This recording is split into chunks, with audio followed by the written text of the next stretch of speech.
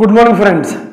ముందుగా అందరికీ శ్రీరామనవమి పండగ శుభాకాంక్షలు.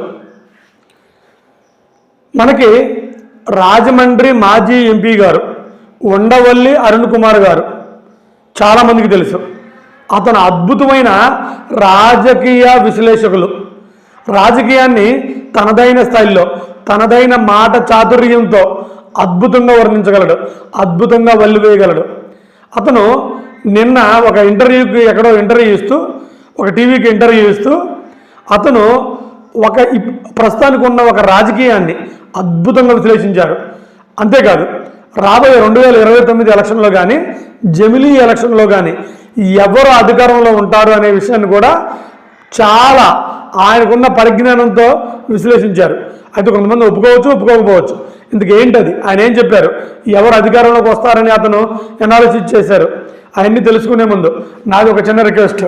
నేను కొత్తగా ఒక యూట్యూబ్ ఛానల్ పెట్టుకున్నాను. కొద్దిగా దీన్నే సబ్స్క్రైబ్ చేసి ఎంకరేజ్ చేయమని కోరుకుంటున్నాను. నమస్కారం. ఇక విషయంలోకి వద్దాం. ఉండవల్లి గారు రాజమండ్రి నియోజకవర్గాన్ని బేస్ చేసుకొని 2 times ఎంపీగా గెలిచారు. అతను రాజశేఖర రెడ్డి గారికి కూడా బాగా సన్నిహితులు.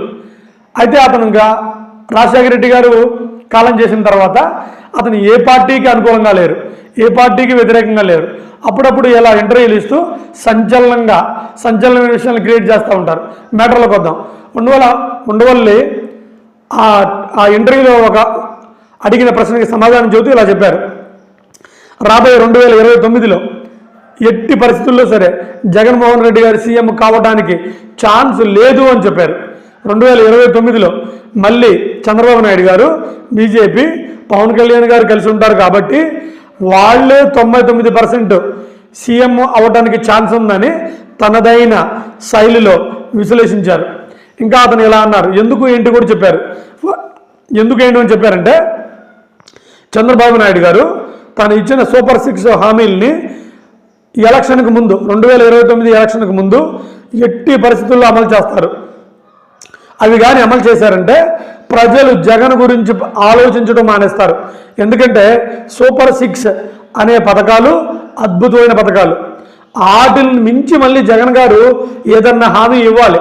వాటిని మించి హామీ ఇవ్వడం అంటే ఆంధ్ర రాష్ట్రాన్ని పూర్తిగా తాకట్టు పెట్టడమే అన్నారు. అయితే మరి చంద్రబాబు నాయుడు గారు చేస్తారా సూపర్ 6 అవి అమలు అంటే చేస్తారు. ఎందుకంటే ఆయన ఒక్కొక్కటి చేసుకుంటూ వస్తారు. మళ్ళీ జగన్మోహన్ రెడ్డి గారు వాటిని మించి హామీలు ఇవ్వలేడా అనే దాని మీద ఆధారపడి ఉండిద్ది. అంతేకాదు ఓటు బ్యాంక్ ప్రకారం చూసుకున్నా పవన్ కళ్యాణ్కి ఓటు బ్యాంక్ ఉంది, బీజేపీకి ఉంది, చంద్రబాబు నాయుడు గారికి ఉంది, అంటే టీడీపీకి ఉంది. వీళ్ళ ముగ్గురు కలిసినప్పుడు అవి మనందరికీ తెలిసే పర్సంటేజ్ ఎక్కువ వచ్చింది.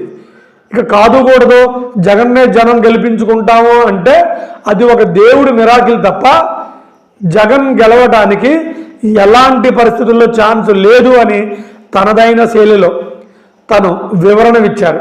ఏమనేప్పటికీ ఉండవల్లి గారు చేసిన విశ్లేషణనే జనం గెలిపిస్తారా, లేదు జగన్ గారు పోరాట పట్టుమని గెలిపిస్తారా అనేది మనందరం వెయిట్ చేయడం తప్ప ఎవ్వరికి తెలియదు. నమస్కారం.